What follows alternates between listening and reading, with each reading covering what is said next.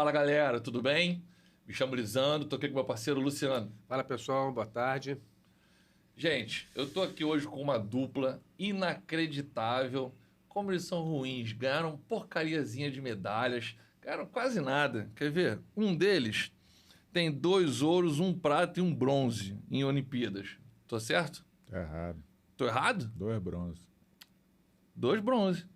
2 bronzes, 1 prata e 2 ouros. E tá desde... Nadou não. Velejou. Só quando cai na água. Em 84, 88, 96, 2000 e 2004. Fora os campeonatos mundiais. 3 ouros, 7 prata e 4 bronze. Já o outro... fora a Copa do Mundo, Pan-Americanos, etc. Já o outro também. 2 ouros e 1 bronze. Em 3 Olimpíadas. Campeonato Mundial são 2 ouros, 4 pratas, 3 bronzes. Copa do Mundo... Gente, eu não vou ficar aqui falando muito não, porque eles têm muito a dizer ainda. Eu tô aqui hoje com Marcelo Ferreira e Torben Grael. Muito obrigado pela presença de vocês hoje. É muito importante pra gente. 2 nomes de peso como vocês. Sejam bem-vindos. Obrigado. Obrigado pelo convite, prazer. Valeu, vamos começar então. Bom, eu não sei se a gente começa falando assim individualmente, né? Um começa a falar da carreira, depois o outro fala. Vamos começar já falando da dupla. Antes que eu me esqueça, tem um presentinho pros dois aqui, ó. Nossa tradição é sempre entregar uma caneca do Podcast para vocês. Obrigado. Já tá limpa, já se quiser usar agora, fica à vontade. Fiz questão de... Um dos motivos do atraso hoje, inclusive me perdoe por chegarmos atrasados. O cara só entregou isso em cima da hora. E como é que a gente começa, Luciano? Bom, eu vou aproveitar aqui que o Cadu, o Ricardo, que vocês conhecem, Ricardo Baggio, mandou umas perguntas aqui. Eu já começo com a pergunta dele aqui, então, para a gente iniciar o nosso bate-papo. Ele pergunta aqui qual a fórmula de sucesso que fez essa dupla ficar tanto tempo junta, competindo em alto nível, visto que o temperamento de vocês dois é bem diferente um do outro, né? E aí precisa ter ali uma química boa ali, né? Como é que foi esse alinhamento? Como é que surgiu essa novela de vocês? Já tem tanto tempo. Cara, fórmula de sucesso é um negócio que é meio difícil, né? Acho que cada caso é um caso. No nosso caso, nós somos... né, eu não sou nascido em Niterói, mas morava em Niterói, já conheci o Marcelo já há muito tempo. Eu tinha feito uma campanha olímpica de Solin, que é uma outra classe, com o Daniel Adler e com o Ronaldo Senft, e aí uma segunda com o Nelson Falcão, né? E o Nelson estava com problemas de trabalho, não tinha tempo para a gente treinar e competir e tal, e o Marcelo estava super disponível, com um físico excepcional para o Star. E a gente começou a velejar junto, deu super certo, né? Velejar com o Marcelo e conviver com o Marcelo, assim, é uma coisa super fácil, um cara sempre... Facinho. Mas é um cara de alto astral, né? Eu acho que... Vocês podem falar mal um do outro aqui se quiserem. Mas isso aqui porque uma coisa é a competição, né? Mas a gente passa muito tempo viajando junto, né? Uhum. Deve ter sido pior para ele, né? Porque eu sou mais... ranzinhas. Mais ranzinhas e tal. Para mim foi facinho. Conviver com o Gordo esse tempo todo aí, pô, foi muito bom. E a gente, no barco, cara, sempre se deu super bem. Precisava falar pouco para as coisas darem certo. A sintonia era muito grande, né? Isso ajudou muito. As ambições eram iguais, né? Então, os objetivos, né? Então, o ponto de união. Acho que funcionou sempre super bem. E aí, Marcelo? Para mim foi diferente, né? É verdade. Conta pra gente. Não, foi diferente porque eu já fui velejar com um cara consagradíssimo, né, cara? O Torben já vinha de mundiais da classe Sniper, junto com o Larce, com o Peró, com o Marcelo Maia.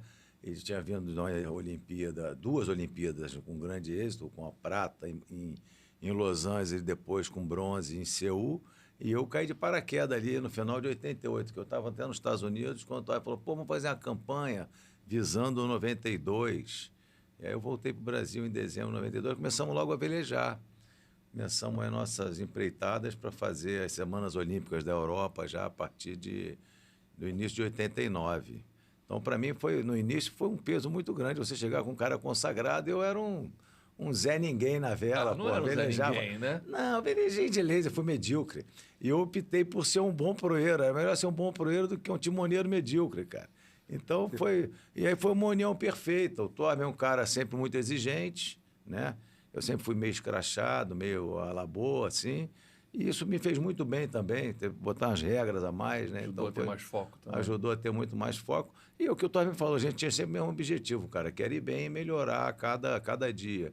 Então, acho que o segredo é esse aí, você ter o objetivo final e trabalhar junto isso. Mas era o bastidores. E detalhe, né?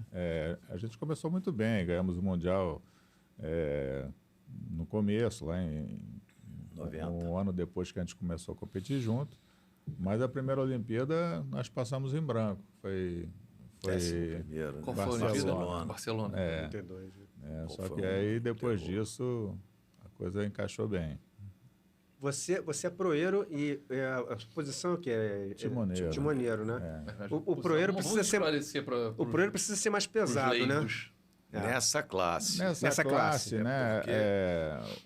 É um barco que deixou de ser olímpico agora recentemente, mas é um barco que tem uma área velha que é imensa e é um barco de quilha, de deslocamento, então era importante o tripulante ser parrudo, né, forte e pesado. Então, a gente quando começou, o Marcelo pesava... Não pesava 100 ainda não. Não tinha 3 dígitos ainda. Tinha 3 dígitos. Também depois disso, meu irmão, nunca mais vi 2 dígitos na balança. Então, se a gente vai ficar fortinho, então vamos dar um jeito Ela me nisso. estragou. Enquanto tanto atleta luta para poder ficar no peso, o seu objetivo era outro. Nós tivemos episódios de ter que comer mais, cara. Coisa mesmo? de maluco. Sem vontade, sem Não, a apetite. gente teve um episódio assim, que já foi lá pra frente, foi em 96, na Olimpíada, que a gente chegou na Olimpíada e a gente olhou assim, pô, a gente era na menor tripulação, cara. Se você fosse olhar assim, eu cheguei na Olimpíada com 122 quilos. Aí o proeiro Isso era sueco pouco? Porra, o proeiro sueco era um armário, o cara tinha 130 e tantos quilos.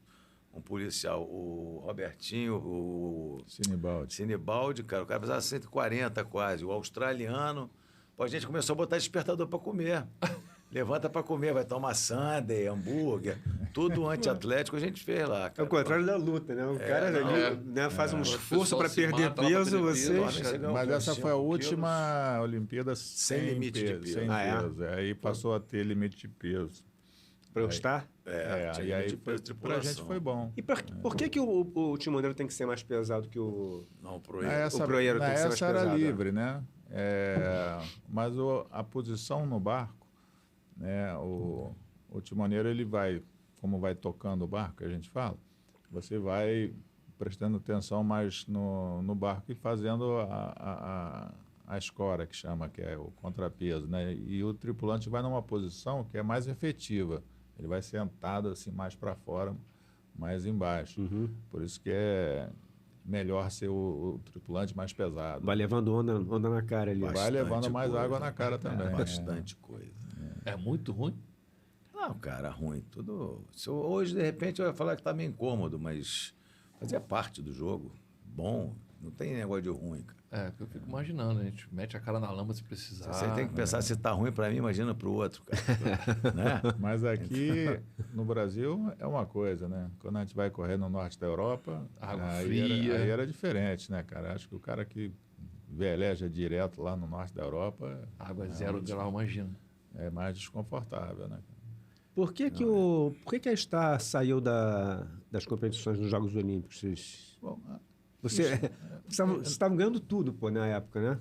Vocês mas depois já saiu depois que a gente saiu, né?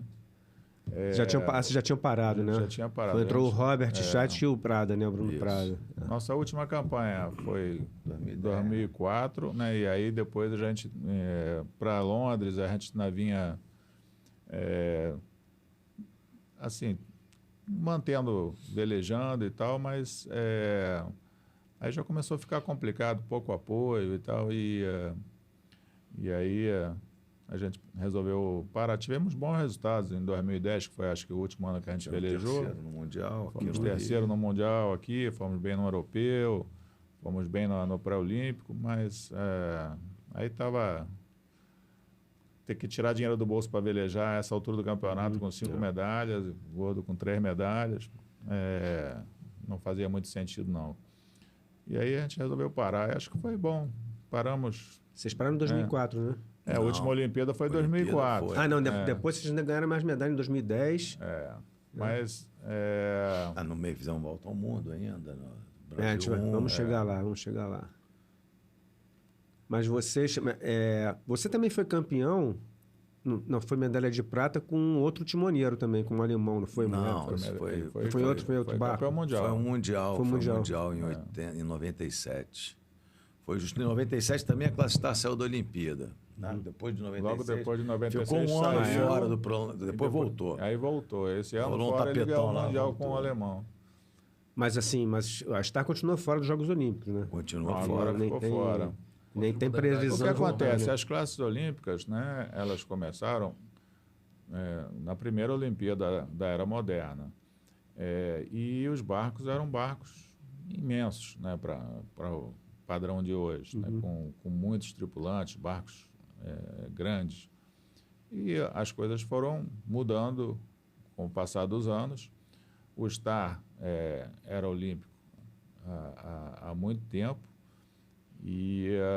mas era um barco de quilha, que é um barco de deslocamento, é um barco relativamente lento em frente aos barcos de hoje, né? E naquela época eram praticamente todos os barcos, né, nas primeiras Olimpíadas eram de quilha, barcos grandes, né, com tripulação de 15 pessoas. Caramba. Então eram iates. Tanto que o nome do esporte mudou, era iatismo e virou vela. Né? E hoje nós temos 10 classes, né? 5 classes femininas, 5 classes masculinas, são todos barcos leves, rápidos e bastante atléticos. Né? Mas essa evolução ela veio aos poucos. Né? Cada Olimpíada há uma mudança, às vezes se mantém, mas assim, em 2 Olimpíadas fatalmente tem uma mudança, né? E vem acompanhando um pouco a evolução do esporte. Né? Hoje a gente não tem nenhum barco de quilha nos Jogos, tem barcos com foil, né, que andam acima da água, né? Que são as pranchas, o kite, né? E o Nacra, que é um catamarã que também anda 17, no foil. né? Nacra 17. Que é uma classe mista. Temos 2 classes mistas, que é o Nacra 17 e o 470, que também passou a ser misto. E tem o Skiff e o Laser, que agora mudou de nome para Ilka. A FIM ainda está na... Não, a FIM foi a última Olimpíada, foi Tóquio. É mesmo? Saiu também? Era olímpico desde Caramba, 52. Estou atualizado que eu não vi nenhum desses barcos velejando atualmente. Mas essa mudança é só por uma questão só de evolução técnica, de repente foi sei lá, para aproveitar melhor a infraestrutura local, porque eu fico imaginando todo a movimentação necessária para poder levar barco para o local, para poder armazenar, guardar, proteger, e aí toda essa estrutura, será que de repente não simplificaram um pouco? São barcos menores, menos gente, menos peso? Vários barcos têm que ir de container ainda, né? Mas as pranchas, o kite já são barcos fáceis de transportar. Vai na mochila, embarca no avião, né? É bem mais simples. Você, naquela época, lá nossos barcos viajavam de container, 2 barcos no container. De 40 né? pés. Agora você já consegue botar uma penca de barco no container. Mas, em compensação, na nossa época não tinha técnico, não tinha bote de acompanhar a regata. Hoje em dia, cada velejador tem um bote acompanhando, né, porque os barcos, né, são as pranchas pequenas, os barcos são todos muito pequenos e eles fazem várias regatas no dia, e entre uma regata e outra o cara tem que parar em algum lugar para descansar e para falar com o técnico e tal. Aí também criou essa outra exigência que na nossa época não tinha. A gente fez a maior parte da nossa história aí sem técnico. O Star, a classe Star, cada um leva o seu barco, né? Porque eu me lembro que o Laser, a organização é que dá os barcos, não é isso? Isso. Ainda assim hoje. Nas Olimpíadas, então quer dizer, o cara vai sozinho, chega lá, ele pega um barco, são todos iguais, Ele né? leva a vela dele, né? Não, nem a vela. Tudo fornecido, standard. tudo sorteado. É a única durante os classe que jogos. faz isso? O fim teve um período que foi assim. No fim era só o casco, né? As pranchas eram assim. O fim podia levar o mastro e a vela. Mas as pranchas também foram no mesmo sistema. Mas agora acho que só o laser que é fornecido. Entendi. O Torben é de São Paulo, né? Você é radicado em Niterói, mas você é de São Paulo, né? Eu nasci em São Paulo. Meu pai veio era muito militar, cedo. cara. Na verdade, a gente morou pelo Brasil todo, né? Morei em Belém, Brasília, família dinamarquesa, Uruguaiana. né? A família da minha mãe era estrangeira, meu avô era dinamarquês e minha avó era da Prússia, né? Que hoje fica na Polônia. E aí eles eram radicados em Niterói. A gente sempre passava férias em Niterói, acabou morando em Niterói depois que meu pai se aposentou, foi para a reserva. Não, tem uma história interessante porque eu estava lendo que o seu avô que te levava no início para você velejar junto com ele, né, aos 5 anos, e eles velejavam num barco, cara, de 1912. De uns dinamarqueses que tinham ganho medalha nas Olimpíadas de 1912. Esse não é barco isso? está conosco ainda. Ah, é? Tá Caramba, com 110 anos agora. Ainda vai para a água? O veleja direto. Compete, É mesmo? E compete. Caramba, cara, que doideira. Cara. E Marcelo, como é que começou? Veio de onde? Eu vim por acaso para vela, cara. Tinha um amigo meu que velejava no Optimist, né? Que é uma caixinha de fósforo, um barquinho pequenininho. E um dia ele me chamou para ir lá no Yacht Clube Brasileiro, em Niterói. Aí, vamos dar uma velejada, mas não tinha vento nenhum. Acabamos, fomos pescar, cara. Criança, sei lá, 12 anos, 10 anos. Comecei tarde, que geralmente a vela a turma vem, ou a família pratica e te leva para o esporte, né? Ou então vai por acaso, igual eu fui por acaso. Não tinha a mínima intenção na minha vida de velejar. Só que eu fui lá pescar, não tinha vento nenhum, a gente naquele optimista, de repente entrou um ventinho. Aí eu fiquei maravilhado. Porra, cara, que negócio fantástico, né? Barco andando com vento e tal. Aí, nunca mais parei de velejar. Isso começou com 12, que você falou? 12 anos. E quando foi que você entendeu que era um esporte para você? Foi entender bem tarde, cara. Eu fui entender que era um esporte que as pessoas viviam quando eu comecei a velejar fora. Eu fui correr regata de barco de oceano. Na verdade, a primeira vez que eu corri fora foi em 87. 97. Tô falando besteira, cara. Foi 87. 87. Foi já estava em Olimpíadas, né? 87, foi com Gastão, acho que eu fui correr em San Diego. Foi com Gastão em San Diego, acho. Foi 87. Não, minto, eu corri da classe Pinguim. Classe Pinguim era um barquinho de 2, era o melhor barco escola que a gente tinha naquela época, era um barco que era lotado na Baía de Guanabara. Era uma classe forte. E eu fui velejar com Lula, que tem até escola de vela lá, Cinti Lula. Eu era proeiro do Lula de Pinguim, corremos um campeonato em Niterói, que deu vaga para um mundial, mas aí o Lula não podia ir, porque era duro, igual um toco, igual a mim. Então não podia ir. Acabei que eu fui para o mundial, porque já tinha comprado aqueles pacotes de viagem para Disney, aproveitei e fui para o mundial, cara. Aí eu cheguei lá no mundial sem barco, sem nada. Acabei velejando o Mundial Júnior no leme de um pinguim, arrumei uma proeirinha lá, magrela lá na época, e acabamos correndo a regata. Foi péssimo resultado, mas era só lazer. A galera viajando de trem para ir passear em Nova York, aquela coisa toda. Depois disso, cara, comecei a velejar numa classe snipe, junto com um cara que foi proeiro do Torme depois, com o Peró. Os snipes são 2 também, né? São dois. Os Solix são 3. Só olharam 3, né? Aí velejei, cara, mas eu fui ver que a vela, que tinha gente que vivia de vela só em 87. Cheguei lá fora, vi que tinha um aparato de gente já velejando profissional. Ou trabalhava em veleria, trabalhava em estaleiro. Conseguia viver na área. Vivia na área. Já tinha uma galera que velejava já meio que profissional em barco grande.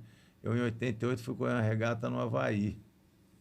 aquela lá com o carro-chefe, com o Marcos Soares, com a galera, e, porra, todo mundo era profissional naquela regata. Eu não entendia nada. Falei, pô, mas essa galera vive pode? de vela, Esse cara. povo faz. Aí que me deu um start. Falei, porra, cara, esse negócio dá para viver. Tá todo mundo vivendo esse troço, cara. E aí fiquei trabalhando em San Diego um período lá, numa fábrica de barco. Nesse ano, que foi um ano meu de sabático mesmo, ficar em San Diego. Quando voltei para velejar com o Torben. Aí começamos naquela dureza de patrocínio, esquema Porque índio, o né? esporte meu? brasileiro não é cheio de patrocínio, gente? Ah, na nossa época, então, era lotado. Na né? vela, o Porra. patrocínio só foi permitido depois da Coreia, né? Permitido. Não era permitido. Na Em vela. todos os esportes. Né? Você não podia ser profissional e Mas ser atleta. nas primeiras iniciativas Ah, de esporte verdade, profissional você não no podia ser Brasil foram profissionalizado. do vôlei com a Atlântica Boa Vista, com o Braguinha. Pô. Foi a primeira iniciativa de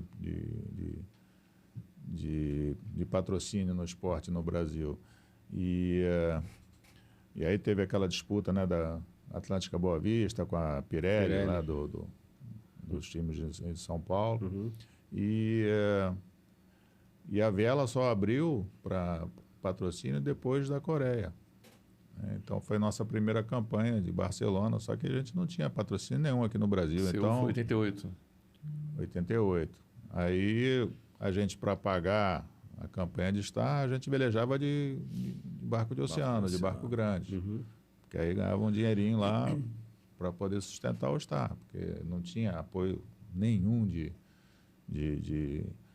confederação, de comitê olímpico, essas coisas assim, não tinha apoio nenhum. Os caras só mandavam a gente para os jogos, mas toda a preparação, o equipamento era tudo nosso.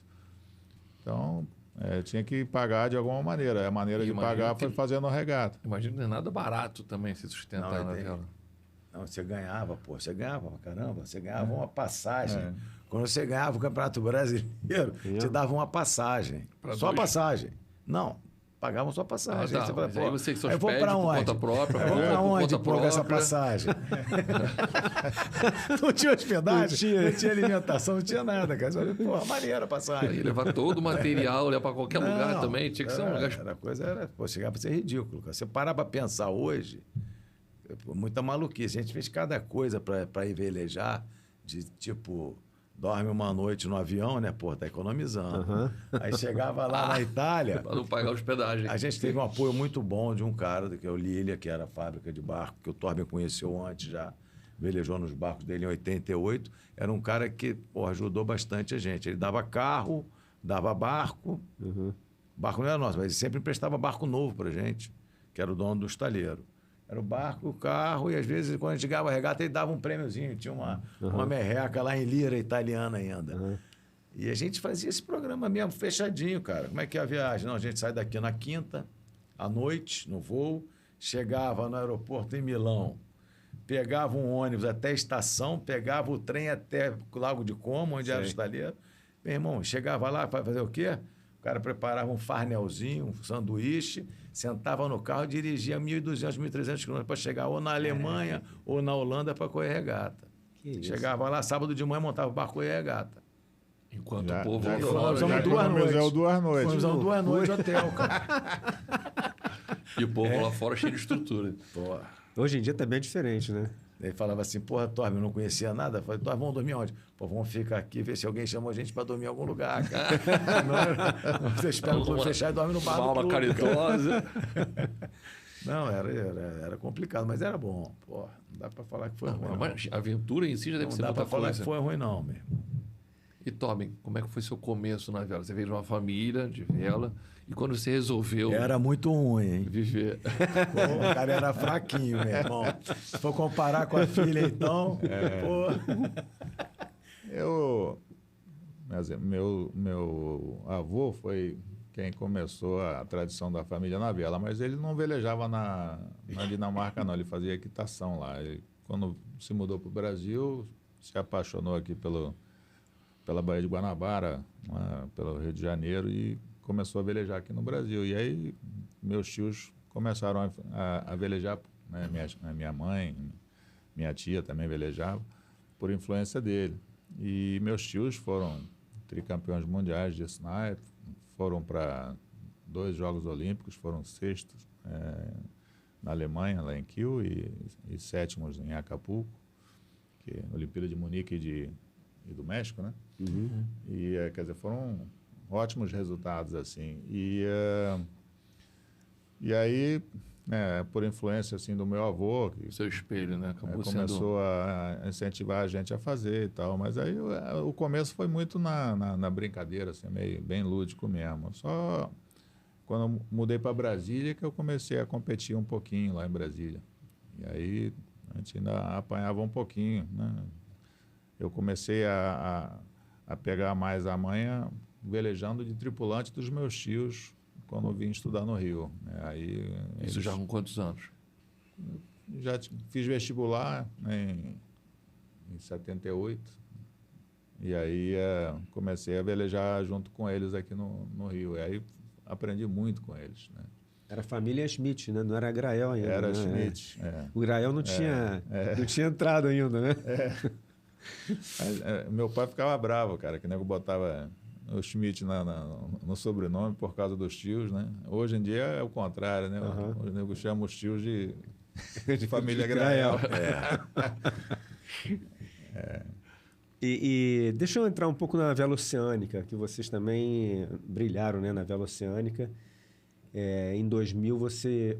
Não sei se o Marcelo estava com você já na Louis Vuitton em 2000. Na América Cup eu não fiz nada. Você, então, em 2000, disputou a Copa Louis Vuitton, que era uma Copa famosa, né, de vela oceânica. Não é vela oceânica, cara. O esporte São aqueles barcos... O esporte é um esporte complicado, né? Porque a America's Cup é a disputa mais antiga do esporte mundial, de todos os esportes. Ela está em disputa desde 1851. E ela acontece assim, tem um desafiante e tem um defensor. Às vezes são vários desafiantes, então tem uma eliminatória dos desafiantes para quem vai desafiar o defensor. E elas acontecem em vários barcos diferentes, né? Naquela época foram aqueles barcos que eram barcos grandes, mas não eram barcos de oceano. Se você botar um barco daquele no mar, quebra tudo. Eram barcos para correr regata, né? E naquelas condições ali. Os barcos de America's Cup de hoje são barcos que são relativamente grandes ainda, são barcos de 70 pés, mas que andam em foil. Andam Eu vi outro dia, cara, uma competição. Pois é. Flutuando, né? Esses barcos andam... Impressionante. 80 km por hora, entendeu? É uma coisa, assim, sinistra. Um jato dentro d'água. Anda super rápido, cara. Cara, é impressionante, cara. Eles flutuam, porque o foil, ele suspende o barco. Vai andando em cima da água. E ele se mexe, o foil, né? Não tem um sistema ali de porque ele tem um foil de cada lado, mas ele usa um só, né? E que é o que dá estabilidade para ele, o outro que está da onde vem o vento não precisa. Então ele tem aquelas pernas assim que levantam uma e abaixa a outra. E é a coisa mais assim forte na vela hoje, é o tal do foil. Metade das classes olímpicas usam o foil. Nada mais é que uma asa que fica dentro da água, que levanta o barco. E aí você não tem o atrito do casco com a água, o barco vai... Igual era o aerobarco. Aerobarco, sei. Lembrou Niterói quando tinha aerobarco. Esses barcos foram desenvolvidos lá no Lago de Como, esse aerobarco. E não existe mais, né? Lá no lago ainda existe. Aqui não parou, né? Não. Aqui parou por outros motivos, né? Por disputa judicial e outros problemas. Entendi. Não, mas eu entrei nessa questão porque você disputou a Louis Vuitton e depois disputou a America's Cup, né? Você ganhou a Louis Vuitton e para disputar depois fez o desafio com outro... A gente foi o desafiante. Né? Ganhando a Louis Vuitton, a gente passou a ser o desafiante. Aí perdemos para o defensor, que era o time New Zealand. Que era aquele cara que morreu aqui no Brasil. Peter Blake. Peter Blake, né? Peter Blake era o manager lá. Era o manager. Ele era o skipper, mas ele nem ia no barco, né? Entendi. Quem ia no barco era o Russell Coutts. Mas a diferença da época, assim, acho que bem grande para hoje, né? Que hoje, por exemplo, você pega a minha filha principalmente, ela treina o ano todo na classe dela, no FX, compete todas as competições que tem no FX, porque tem apoio para fazer isso. Na nossa época, cara, a gente velejava aqui no Brasil, corria algumas regatas fora, né? Mas velejava pouco lá fora, né? E aí a gente que era muito fominha, acabava velejando de tudo. O que o nego chamasse, o que pintasse para fazer, a gente estava velejando, para fazer volume, né? Então a gente corria de oceano, corria de várias classes, corria de laser, corria de sniper, corria de Star, corria, o que tivesse para correr a gente corria, porque a gente corria muito as competições aqui regionais e campeonatos brasileiros. Hoje em dia, né, elas correm todos os eventos do circuito, né, e isso sem apoio é difícil de fazer, né? A gente, quando fazia nossas campanhas de estar lá, fazia 3, 4 campeonatos por ano. Mas a velha era forte também aqui, né? Tem que aprender isso. Hoje você vai velejar, cara, tem 3 barcos na água. É mesmo? Né, de classe olímpica, assim, Então a gente velejava de estar aqui com 20 barcos, pô. A gente não precisava de velejar muito. Até porque. E o nível era bom. O nível era excelente. E por que mingou tanto assim? O que aconteceu? Em que momento que a vela... Que a vela perdeu essa força? A coisa foi ficando cada vez mais competitiva, né? As pessoas, para ter resultado, foram começando a ter que fazer essa série de eventos lá fora para manter aquele nível. Custoso. Né? E aí começa a ficar difícil, porque você tem que ter as condições econômicas para fazer isso e você tem que ter o tempo. Então, você tem que ter a dedicação praticamente full time. Você não consegue trabalhar e fazer uma campanha olímpica. Não pode ser hobby. E fazer uma campanha olímpica é difícil, cara. Eu não me lembro, a gente, no Brasil, ter 4, 5 tripulações patrocinadas ou bancadas por federação. É diferente do que você vê na Inglaterra, você vê na França, você vê nos outros países, que os caras têm um time. Pô, saiu o Torben, o Marcelo, não tem problema, já tem 3 para entrar na vaga deles aí, cara. A gente nunca conseguiu fazer esse negócio da equipe. O resultado do Brasil assim, surpreendente diante da quantidade de gente que pratica. A gente tem a base da pirâmide é muito pequena, né, para os resultados que a vela brasileira tem. Né? É porque, né, as condições para a prática do esporte são boas, a gente tem boa estrutura de clubes que ajuda, né, a divulgar e tal, as escolinhas e tal. Mas poderia ser muito além disso. É verdade. Né? Mas isso é uma coisa que acontece em praticamente todos os esportes no Brasil, né? Você aparece sempre assim, às vezes um cara que é um talento nato, né? Um César Cielo, vocês, né? Martini, ou de outros esportes assim, mas não é uma coisa de base, não é uma coisa que... Tirando o vôlei, né? Que você vê sempre uma renovação grande da seleção. Tem mais, muito clube fazendo, né? O Isaquias, por exemplo, na canoagem. Parece, de repente, um cara assim que vira uma estrela, um ícone, mas não tem assim uma coisa para ir substituindo esses caras. A federação no Brasil não tem uma estrutura para formação de base, para incentivo de base. A formação, ela não deve ser muito calcada na confederação. Né? A formação tem que ser calcada nas escolas. Para começar, né? Hoje em dia você não tem educação física obrigatória na escola. Supostamente sim. Acho que voltou, né? É obrigatório, mas ao mesmo tempo não tem grande suporte. A minha escola em Uruguaiana tinha pista de atletismo olímpico. Cara. Aqui tem escola que mal tem corda. Entendeu? Então, hoje em dia, exatamente. Tem onde meus filhos fizeram jardim de infância aqui em Niterói, não tinha lugar para esporte.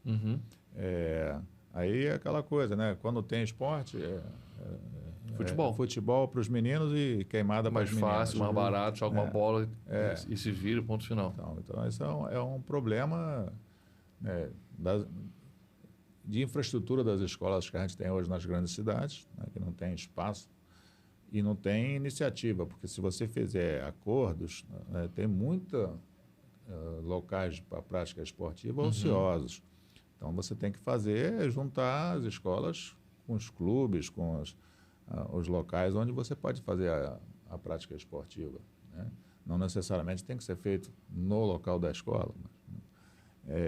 Então, isso é né, os clubes, né,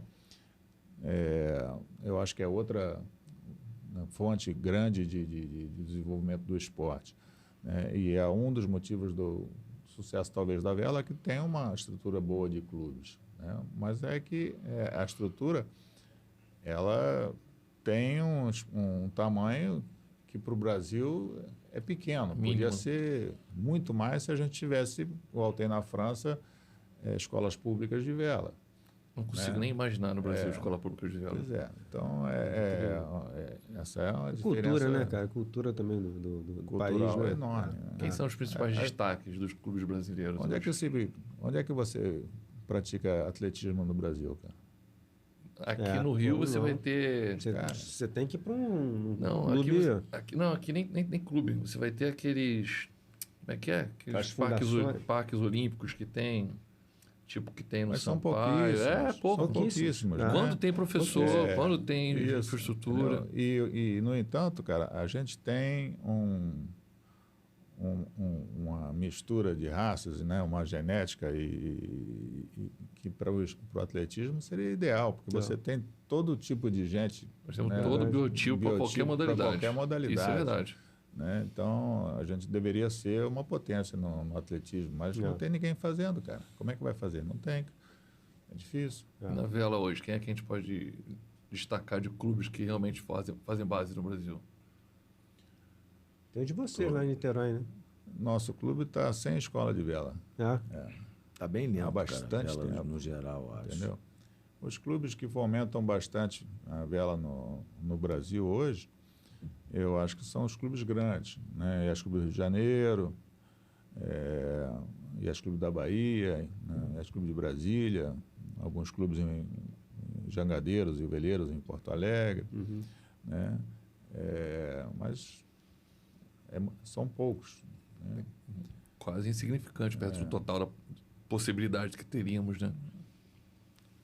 Fico imaginando assim, porque quando lembra do caso do Isaquias e outros que praticamente se viraram sozinhos para, de repente, o Brasil irá, vamos pegar esse moleque aqui, vamos dar uma chance para ele. Na vela eu não consigo nem ver essa oportunidade. Assim, eu sou professor de escola estadual. Lá, apesar de a gente ter uma quadra, uma estrutura razoavelmente boa para esporte, a gente tem que lutar, às vezes, para poder ter material para o esporte, né? Lembra que quando apareceram os equipamentos de badminton lá, né? Uau, badminton, caramba, como é que imaginar? Um investimento barato, R$200, R$300 para comprar um jogo. Eu fico imaginando vela, se depender da iniciativa do governo, não vai surgir nada decente. Vai ficar um buraco aí. Você tem hoje o apoio para quem chega no alto nível. Né? A Martina e a Caena têm um apoio hoje que a gente nunca sonhou em ter. Né? Elas têm praticamente tudo custeado né, entre Bolsa Atleta, né, que é o Bolsa Pódio, no caso delas, Comitê Olímpico Brasileiro, Confederação e patrocinadores, né? Elas são da Marinha também, então? Elas já saíram da Marinha. Saíram. Mas tiveram o apoio da Marinha, que é muito importante, porque pega o jovem, né, o atleta, antes de ser famoso, de ter o resultado, que é o período mais difícil, porque você ter patrocínio depois que você é campeão olímpico é difícil, mas é mais provável. Antes, cara, é muito difícil. Quantos não devem largar então, o esse caminho apoio das Forças Armadas, né, forças no esporte, é muito bom. Né? E é como funcionava os países da Cortina de Ferro, né? No passado, porque lá, na época dos meus tios eles competiam, o pessoal da Cortina de Ferro era profissional, né? Só que profissional nas Forças Armadas, na época, né? Não tinha nem como controlar na época. Então, eu acho que o apoio para quem chega ao alto nível tem, mas é muito difícil chegar lá no alto nível, né? Talvez um dos melhores destaques que a gente tem na vela hoje, assim, juvenil, é proveniente de uma escola de vela pública lá de Ilhabela. Entendi. Esse menino ganhou o Brasileiro de Optimista, primeiro brasileiro a ganhar o Brasileiro de Optimista. É mesmo? Não é um mundial. Mundial. Primeiro brasileiro É, brasileiro, pô, aí estamos obviamente. complicados. Primeiro a Verdade, ganhar né, meu o irmão? Mundial de Optimista. Então, uma coisa bacana. Uhum. Uma coisa que está dando certo lá. Deixa eu perguntar uma coisa para vocês, uma coisa assim, que a gente tem que falar disso, que é aquele projeto de 2006 do Brasil One, de Volta ao Mundo. Vocês participaram. Eu queria que vocês contassem um pouco esse projeto, como é que isso começou e depois, durante o campeonato, porque o próprio campeonato é uma aventura em si, né? Você dá a volta ao mundo, era a Volvo Ocean Race, né? 2006, o Marcelo também estava no barco, né? Você já tinha uma experiência, né? Porque já tinha nos Estados Unidos já competia, né? Com vela oceânica, Não, né? cara, viajei de oceano aqui no Brasil direto depois, mas eu fui o último a embarcar nessa pilha aí do Torben, cara. Como é que foi essa história toda? Então, cara, e quem começou com a história da Volta ao Mundo no Brasil foi o Cacau Peters, né? De ter a participação brasileira.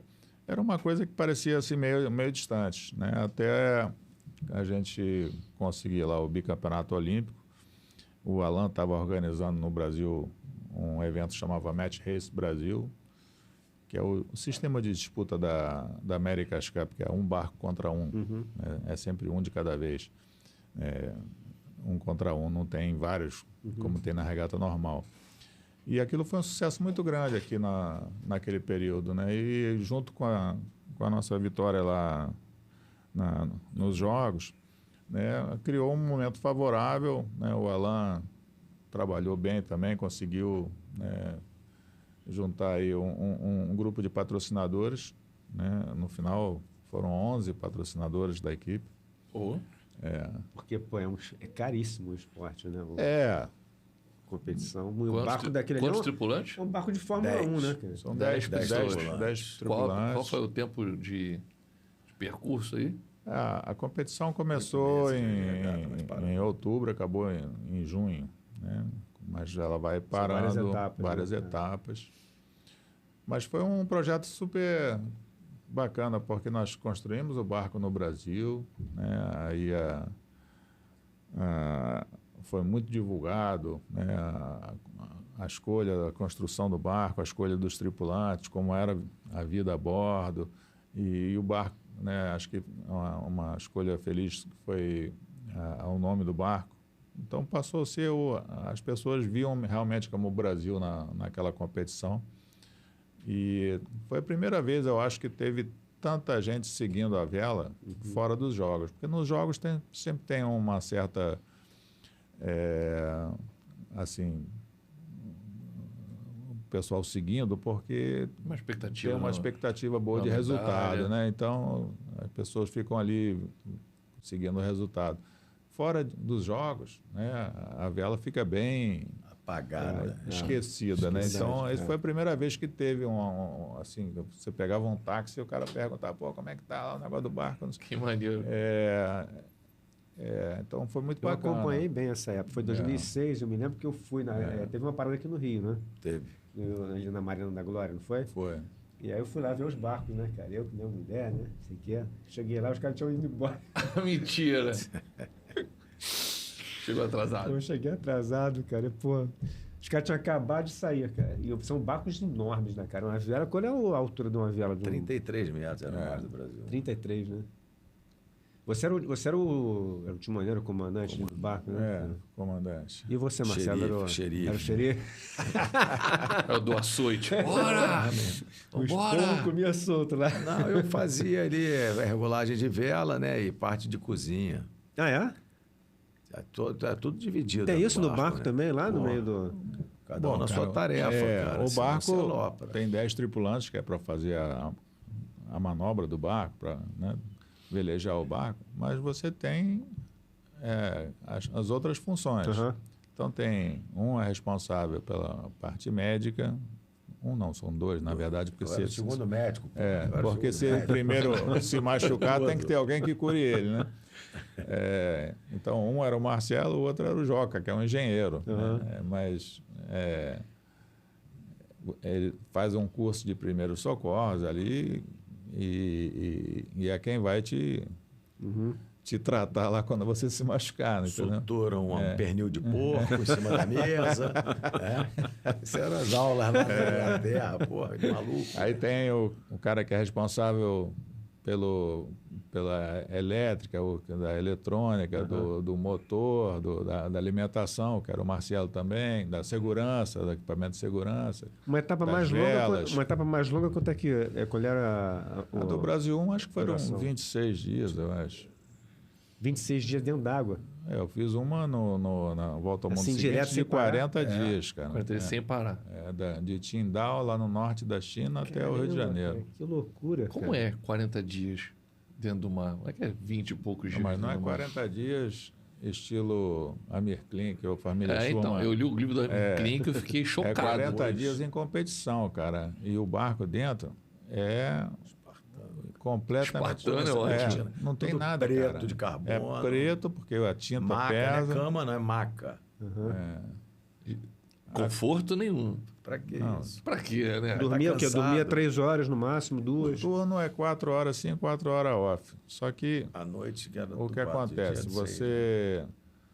4 horas é on. Aí você tem que estar vestido. Então você começa um pouquinho antes, uns 20 minutos ou meia hora, dependendo Da roupa que da você tem roupa que você vai colocar. botar, né? Quanto mais frio, mais roupa você põe. Aí você quer comer alguma coisa antes. Então é meia hora antes. E aí, quando você acaba o turno, é meia hora até você tirar a roupa toda, né? Comer alguma coisa. Ou seja, dorme umas 3, 2 horas e 2 meia. horas, 3. Ainda tem um perrengue de quebrar a coisa, né? Isso no Aí o cara normal, faz assim, entendeu? ó. Isso Troca no de normal. vela, Quando você tem acabou de uma tirar a roupa, mudança deitou, de sobe. vela, não sei o quê, aí você tem que botar a roupa e ajudar, porque não dá para fazer só quem está no convés, tem que ser todo mundo. Qualquer manobra é todo mundo. Então, você está no período off, mas tem uma manobra, você tem que ir lá ajudar. Então, na verdade, o tempo que você passa on é muito maior do que você passa off, né? E aí fazer alguma... Tipo, quantos acordados, quantos dormindo, mais ou menos? O normal é 4 pessoas, são 10, eram na época. 4 pessoas Dormindo. convés. um no convés e um na navegação, que é o navegador, né? E o skipper altera um pouquinho com o navegador, os dois tomam as decisões táticas da regata com acordo com a previsão de ventos e com a posição dos adversários. Então, você tem que dar informação para os 2 turnos que estão trabalhando, né? Os turnos não mudam assim, sai os 4 e vem os 4. Sai 2, entra 2, sai 2, entra 2. E o que foi mais fácil e mais difícil nessa brincadeira? O mais difícil é a tal da comida, né? A comida é uma lavagem. Falaram que a cozinha era ruim pra caramba, na verdade. É comida desidratada. Desidratada. Cara. Ai, que saco. A comida é em O maior pó. trabalho era ferver água. A comida é em pó, você dessaliniza a água do mar, ferve, né? E aí põe no pó, numa bacia, aquilo vira aquela lavagem lá, Gosma. e vamos E nessa. assim, banho, banheiro, essas coisas assim, como é que é Chovia, tudo... tomava um banho. Quando chovia. Banho Não, só de mas tem chuva, banho, senão é aquele lencinho umedecido, cara. De criança, pô. E o que Aquilo foi, não podia faltar. o que foi mais surpreendente nessa brincadeira? O que vocês não esperavam que aconteceu e... Achei um resultado ótimo. Eu acho que Pelo barco que era. Vocês chegaram em terceiro no final, né? ficamos em terceiro. Eu acho que quando nós E pelo budget que tinha, quando a gente foi saber quantos caras tinham, quanto o Brasil tinha, falei, porra, Não, quando nós ganhamos. chegamos, Foi um quando resultado nós começamos espetacular. a regata, ainda não tinha dinheiro para acabar a regata, né? Aí o resultado foi indo, foi sendo bom e aí foi juntando o restante do recurso para acabar a regata. Mas quando a gente apareceu lá Sanchens, na Espanha. em perto de Vigo, lá em Sanchens, Hoje terminou. não, onde largou. Não, né? largou a regata. Cara, os caras olharam para a gente assim e falaram assim: Esses caras tão frios. esses caras vão sair aqui, vão parar no Brasil. E vai pegar ser aí. isso. Mas porque a gente era todo mundo de vela olímpica, né? E a vela oceânica naquela época tinha assim aquele grupo que fazia, Que já fazia. esse tipo de competição, Sei. de volta ao mundo e tal. E não tinha muita gente da vela olímpica que fazia isso, né? A gente meio que arrombou a porta aí E era todo mundo de vela olímpica. Além de vocês dois, quem mais estava ali? Tinha o Bochecha, tinha o... André Fonseca, João Ciorini, o Kiko Joca, Pelicano, eu, Kiko, Torben, era o outro. Tune. O Tune, que é o espanhol, mas era de vela olímpica. Era o único também. gringo, era o espanhol? Não, tinha Não. 4 gringos. Tinha dois neozelandeses, né? Um era proeiro e o outro Holandês, era o responsável pelas velas, né? O navegador era holandês, mora na Espanha, que ele falava espanhol. Um desses neozelandeses falava espanhol. Mas que eu ia falar, os neozelandeses falavam... Não, Não, só um um falava que não espanhol, falava, outro cara. falava Esse A um- língua padrão, que qual era? a língua oficial era inglês, mas, porra, como todo Era. mundo falava Deveria ser. português e espanhol, aí a Era língua portunhol. virou portunhol e, cara, esse O excluído. neozelandês, coitado, no começo ele Início ele ficou maluco, ficou depois ele já perdidinho. tava- Depois no final ele já estava... Aprendeu o portunhol na marra, né, cara? Na marra, né? Imagina a hora gritando, bora, garoto, bora, bora. Hã? O quê? What? Agora, é uma prova perigosa, né? Que tem gente que já morreu nesse... A gente teve uns episódios assim, quebramos o mastro do barco, né? Na ida para a Austrália, da África do Sul para a Austrália, ficamos ali 6 dias naquela ainda, pô, sindicato forte, né? Então eu não sabia o que ia fazer com o recurso ainda, porque a gente estava a 2.000 e poucos quilômetros de terra, de qualquer lugar. Então, para chegar combustível, demorou o quê? 3 dias para chegar o pesqueiro? Chegou, depois. Para trazer óleo diesel, porque a gente só tinha diesel para fazer Diesel o você gerador leva rodar. só para gerar Não era pra energia. navegar. Não é para navegar. Você vai andar 200 milhas, não adianta nada. Para você levar diesel para... Não é pra porque empurrar o barco. Não, né? o diesel a que vela é vai muito deve mais ser muito eficiente. peso também, o barco, pra poder- o motor anda devagar. Aham. Né? O motor ele é só auxiliar para você atracar o barco no cais e tal, Sei. e para gerar energia principalmente. Eu tenho episódio que teve gente que caiu do barco, que... Não, já morreram várias pessoas Nessa na regata. etapa, então, morreu...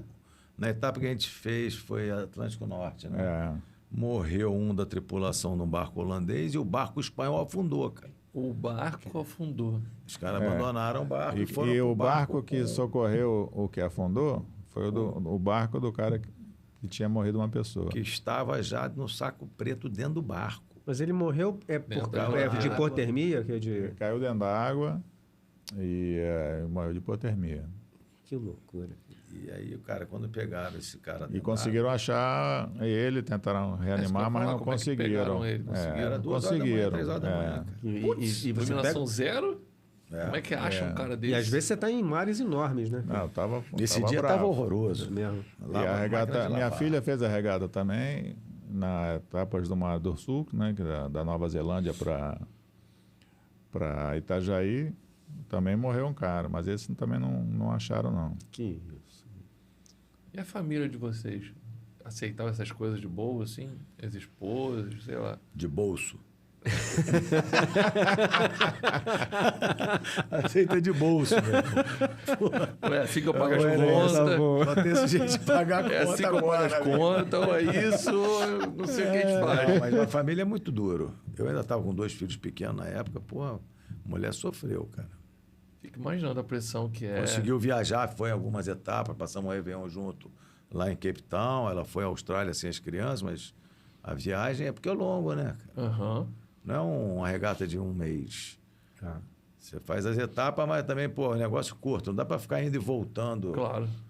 E quando você chegava em terra lá, quando a nossa equipe era muito grande, tinha que ajudar, desmontar barco, fazer as coisas. A gente era mecânico também, tinha Muito que fazer grande de a tudo. ironia, né? É, então, tinha que fazer tudo, cara. Então não é uma coisa que você chega e tá tudo pronto. Não era. Tinha missão beça. E vocês ainda chegaram em terceiro lugar depois dessa... Depois de 8 meses, foram 8 meses. 8 meses de regata. E depois você ainda foi pro... Ainda teve uma outra que você foi pro Ericsson Eu 4. fiz a seguinte... Talvez já fez mais mas- 2 depois Não, dessa. não, eu fiz a do Erickson. Depois foi a minha filha que fez. E aí você ganhou, né? Você não estava nessa, Marcelo? Não, aí foi Já tinha eu... dado para ver ela, já chega mesmo. Chega, cansei. Pô, tinha muito mar. Ah, tinha o Horácio também. Foi, Era o Ericsson 4, né? Ericsson Era o que? Era 4. sueco o barco? O que que era? a equipe sueca. E aí você foi campeão da Volta ao Mundo. O Joca estava você também. Joca Joca e tava. Horácio. Aí a gente ganhou a regata seguinte com o Erickson. E como é que é a aposentadoria da Vela? Conseguiram juntar o ganha-pão? Rapaz, não de tô vocês? conseguindo comprar nem um remédio de pressão. Eu fico imaginando isso. Tá brabo. Fico imaginando isso. O que faz? Se durante já Meu irmão, é se difícil. reinventa, compadre. Se reinventa e vai pra dentro. E aí vocês Que é estão fazendo o quê? pedreira. Vocês pararam a vela e agora cada um seguiu o seu caminho, vocês continuam na vela, estão fazendo outra Construí coisa? um pouco, eu já parei com a construção, eu montei a confecção de roupa. Minha mulher sempre teve, eu ajudava ela, mas agora eu abandonei. Ela se vira sozinha com a fábrica e tal, mas... E eu montei uma piscicultura e um entreposto de pescado lá na região de Saquarema. Que legal. Então, legal não, né, cara? Tem que ralar mesmo. Desculpa. Legal. Eu achei que era legal, desculpa. Legal é ficar num sítio, cara, andar a cavalo, plantar uma curtindo a horta. aposentadoria. Isso seria mais tranquilo. Mas o boleto não para, né? cara. Então a gente tem que E se você, reinventar, Flávio? cara. Você continua... Cara, eu continuo velejando profissionalmente, mas em barcos grandes, barcos clássicos. Mas competições assim de Vela volta ao olímpica, mundo nunca mais, né? Não, Chegou, né? volta ao mundo, acho que deu, né? Para quem não sabe, antes que a gente esqueça de falar, uma coisa importante, que é a Martine Grael, que é bicampeã olímpica junto com a Caiana, né? É filha do Torben, né? Quer dizer, uma grande estrela hoje atual da vela brasileira. Continua, né? A família continua a produzir campeões. Ela com a Kaina Kuntz, né? A Kaina Kuntz, né? E bicampeã olímpica e campeã mundial também. Estamos esperando elas aqui, por sinal, não é? Pois é, vamos trazer, vamos ver se a gente consegue trazê-las. E o Torben hoje continua, mas você continua velejando, né? Mas não... Eu trabalho no Comitê Olímpico Brasileiro como coordenador técnico da equipe olímpica de vela. Uhum.